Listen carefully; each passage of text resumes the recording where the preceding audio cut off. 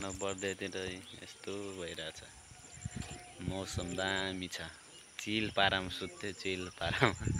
उता यस्तो टक्क खोला यतना बगिरहेछ यहाँ रोपाइ गर्ने जस्तो ठाउँ भइरहेछ टक्क भएर गाइजहरू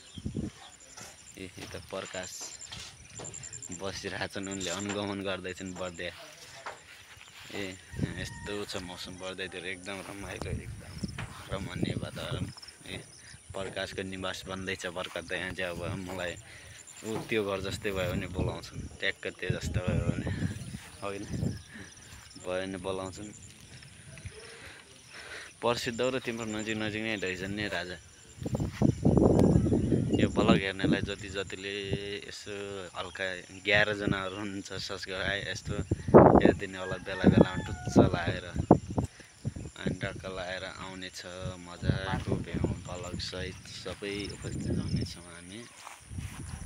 खानासाना खाएर अहिले पछि टक्क मजाले आउनेछ पनि जाडो भइरहेछ यहाँ तयार जाडो नेपालगञ्ज गोल बनाउन एकदम दामी सुत्न बस्न खानको लागि बिन्दास गाउँ बर्दिया रम्मपुर नि रम्मपुर टक्क खटेला रामपुर भन्दा भित्र टक्क चोक भन्दा भित्र आउने खटेला भन्ने छ अनि त्यहाँ आउने हो गाइजहरू